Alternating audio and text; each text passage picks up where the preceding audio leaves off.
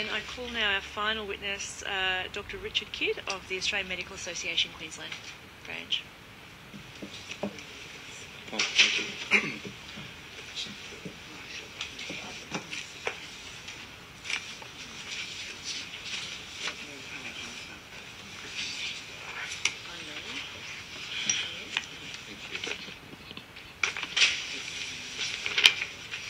Dr. Kidd, welcome. Thank you. Thank you very much for your written submission on behalf of the AMA Queensland, and would you like to make an opening statement? Yes, thanks, and I'll try and be brief. I'm sure you want to get to your lunch. Made up time, thank you. Good. Thank you for the opportunity to speak today. AMA Queensland's the state's peak medical advisory advocacy group for some 6,000 medical practitioners who are our members, and a lot of others who are our unfinancial members.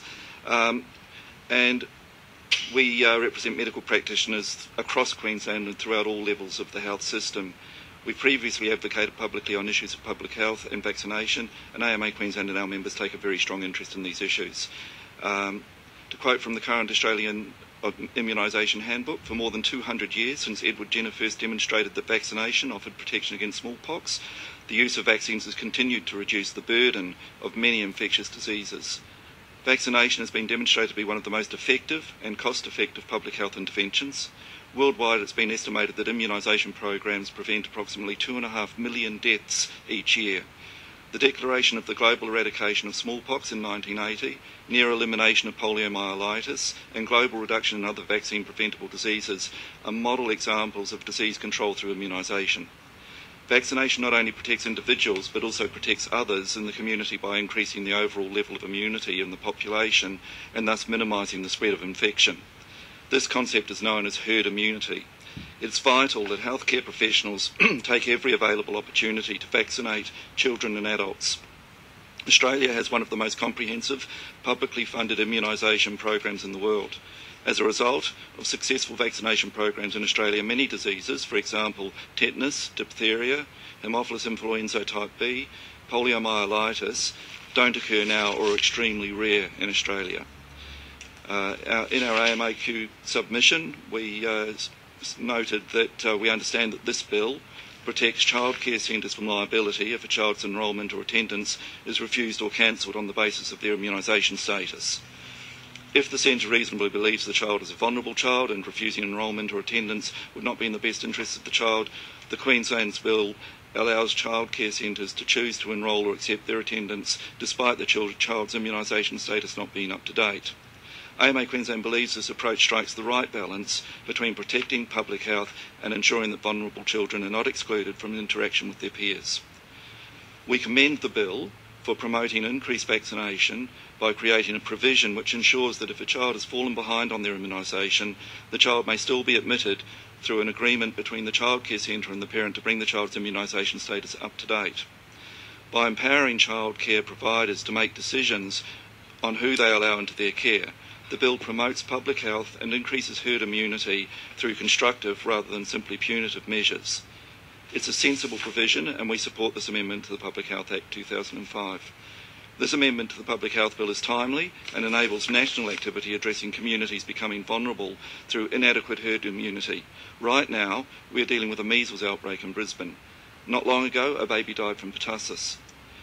There was a decline in the acceptance of pertussis vaccine in Britain in the mid-1970s, and between 1977 and 1979 there was an epidemic of 102,500 cases of pertussis, during which 27 children died from the direct consequences of pertussis and 17 developed permanent neurological damage.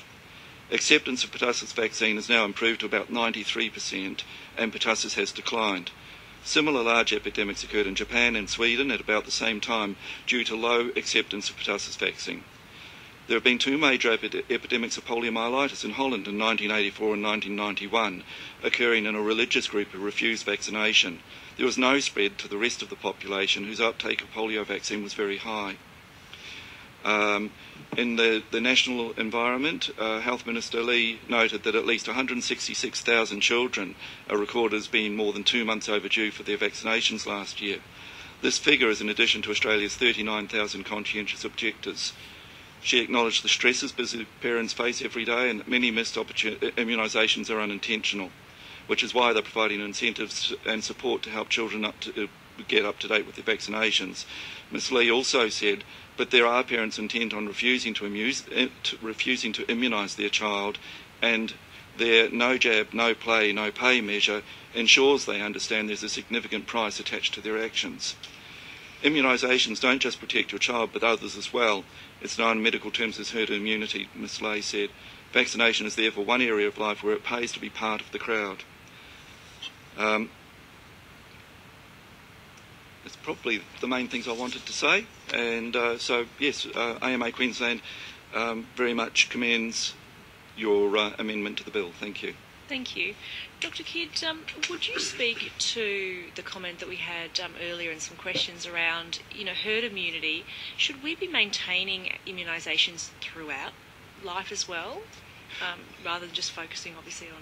Certainly for some diseases it's very important we maintain herd immunity throughout life. Pertussis is a good example. One of the most vulnerable groups for pertussis are newborn babies and young babies before they've been able to complete perhaps the first 12 months of the immunisation program. And the baby that died highlights that. I think in the most recent case it was one of the adults who acquired pertussis, and we're certainly seeing a recrudescence of pertussis amongst older people over the age of 50. So it does make sense to have whole of life herd immunity for some conditions such as pertussis. And I have young children, 2 and a 4-year-old, so I had my booster when I had them. What about measles and rubella and mumps? When you go through the schedule, realistically, you don't have them anymore. I certainly haven't had any boosters for those sorts of things. Can you speak to that? Is that necessary? Is that a consideration? You may have forgotten, or they might have checked your immune status when you were pregnant. We do like to give people MMR, preferably before they become pregnant, but we can do it during pregnancy. So certainly young adult women are still getting MMR boosters.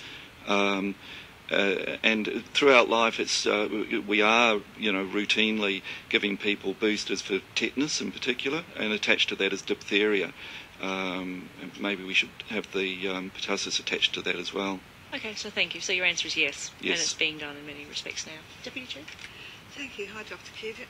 You're a GP, so from GP land, can I ask you how many children in your many years of experience have you dealt with who, for true medical reasons, could not ever be vaccinated? Very, very, very small number. Practically none. There's the very occasional one that might have an anaphylactic reaction to eggs, which have been a problem in the past, but practically none, really. And just following on from the Chair's comment about pertussis and whether or not you should be vaccinated, do you think that we should be having a bit of a education to adults about what the symptoms of adult pertussis are? Because obviously it's not the cough, cough, cough and the red eyes and the teariness and the hoop that babies get. And I think that a lot of adults are walking around with pertussis but not realising it actually is that. Yeah, absolutely, and I think AMA Queensland would love to partner in a campaign to raise awareness around that. Okay, great, thanks. Thank you. Member for Greenslopes. Thank you, Dr Kidd, and thank you for the work your association does. Many of the submissions today have indicated that infectious diseases have declined, in fact, not because of vaccination, but because of improvements in hygiene and nutrition. Could you comment on that, please? Certainly, and I can direct you to the immunisation health website, the Australian government website. They have a booklet there that's called Myths and Realities, 5th edition, 2013, and it goes very much to addressing those concerns in detail and dismissing them. So, anything in particular? No, thank you. I will go and look at that book. There has been a number of statements today that I seem to recall people have made that one of the arguments against vaccination is we don't exactly know the mechanism of how they work. There's another drug which I'm sure you're familiar with. In America they call it acetaminophen. It relieves pain, as you know. Do we know how it relieves pain? Probably not in great detail. I think the person sitting to your immediate right could give a better answer than me. It's his area of specialty. I can't interview him, Dr. Kidd. But for the benefit of the transcript, that drug's there are many medicines that we use that we might think we understand how they work, and sometimes we find that they work in a different way or have some other part to them. And sometimes we find things that we think we're developing for one thing work much better for something else. Zyban, which was the first anti-smoking sort of drug, was developed as an antidepressant. Didn't work very well as an antidepressant, but someone noticed that the people who had it a lot of them stopped smoking. There are a lot of really good medications we use that we don't fully understand how they work, but we do extensive clinical studies to determine that they're safe, and that's the main thing. So for that drug, acetaminophen, we know it is effective in most cases against pain. It's also effective against fever. We also know that it's safe. Is that correct? Yes. And we also know that in Australia it's called paracetamol. Is that correct? Thank you. You're welcome. Thank you very much. Member for Moggle. Sure. Thanks very much, Dr. Kidd, for your submission today on behalf of AMA Queensland. We know there are a range of incentives in primary care to encourage people to uptake immunisations on behalf of their children. Are there any additional measures which you believe can be implemented in Queensland in primary care to further enhance the uptake of the vaccination program amongst vulnerable childhood populations? Well, I think that with the introduction of this amendment to the bill, a campaign, and AMA Queensland would, I'm sure, be very keen to partner in a campaign to raise awareness. We'd be very interested in doing that. And I have to declare a bias there. I think that the best place for it is with the family doctor for a number of reasons. We have excellent record systems. We do ensure that when immunisations are given that it gets to the National Register. But more importantly, if children can't have the vaccination on a particular day, and school-based vaccine programs have this issue that children may be sick or absent on the day, it's very difficult in those programs to do follow-up, whereas general practice has excellent recall systems and we can follow these children up, and we do. My practice, for example, has a 96% immunisation rate, and many other general practices around Queensland do. But having said that, there are some pockets, particularly in North Brisbane and a few other places in Queensland, that have been identified as being at risk in terms of herd immunity. And my second question is, what would be the view of AMA Queensland in relation to all healthcare workers, including doctors in our Queensland public hospital system, being required to show evidence of immunity prior to, or vaccinations prior to commencing work in hospitals and continuing their employment in hospitals? Excuse my ignorance, I thought they already did. I get student nurses and others coming in and having to have their Hep B and other immunisations done. So if it's not actually policy, I think it would be really good policy. And the final thing is, we've heard some evidence today just in relation to potential immune system dysfunction or illness as a consequence of receiving a vaccination. And I'm happy for you to take it on notice, but is AMA Queensland aware of any sort of research or evidence to support that proposition that in relation to immunisations people can develop immune or other related illnesses? There have been a couple of studies, but they've been flawed, and at the end of the day, the real evidence is that immunisation activates the immune system in terms of developing meaningful immunity against diseases that in many cases kill 10 people out of every 100 that get them. And that's the really important take-home message, I think, is that, you know, children that get meningitis, if they pneumococcus, pertussis, the mortality rate, diphtheria, all of them, it's about 10%. And then you've got the terrible disability, the kids who get meningococcus and end up losing limbs, having brain damage, heart damage. It goes on and on. So at the end of the day, there's plenty of evidence that vaccination activates the immune system in a very useful way. I don't think there's any real evidence that it does anything to harm the immune system. Thank you, Dr. Kidd. Thank you, Dr. Kidd, and it's great to see AMA, the peak body, supporting immunisation and vaccination in this state, and particularly this legislation. I just wanted to articulate parents who are seeking an exemption to vaccination requirements must be counselled by a GP on the benefits and risks of vaccination in order to be granted that exemption. How do you see the role of GPs changing if conscientious exemptions are removed? I don't think it's going to change greatly, because with conscientious objection now, GPs like myself will spend a significant amount of time trying to do genuine consultation and try to educate people. Sadly, from that personal experience, the people who do nominate themselves to be conscientious objectors at the moment seem to be very fixed and not very open.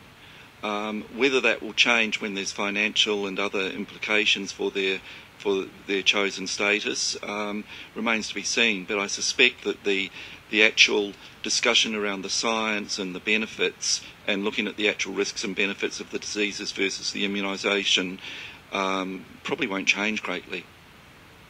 Thank you very much. Welcome.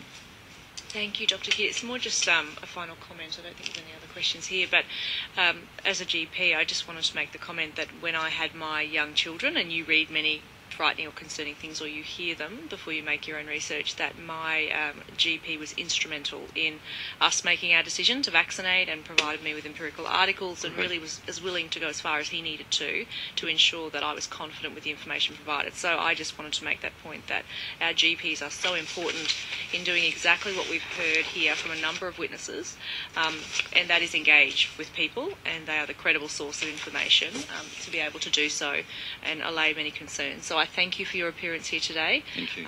On behalf of the AMA Queensland, and for your submission. Thank you. Thank you. And thank you for the lovely feedback on general practice, which I love. So thank you.